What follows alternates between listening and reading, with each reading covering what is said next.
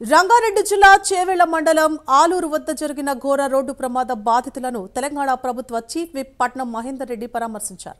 Road ప్రమాద విషయం తెలుసుకున్న మహేందర్ రెడ్డి ఎమ్మెల్యే యాదయ్యతో కలిసి చేవెళ్ల ప్రభుత్వ ఆసుపత్రికి వెళ్లి బాధిత కుటుంబాలకు తన ప్రగాఢ సానుభూతిని తెలిపారు.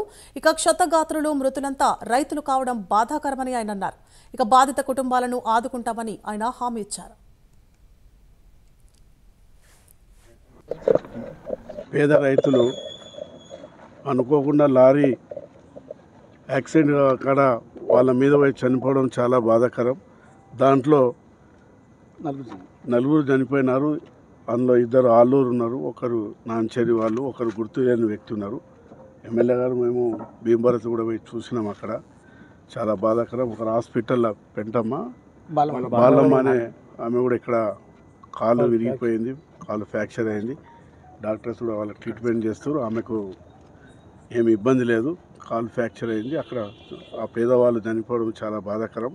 కలెక్టర్ గారితో కూడా మాట్లాడినాం, ఎమ్మెల్యే గారు మేము కూడా.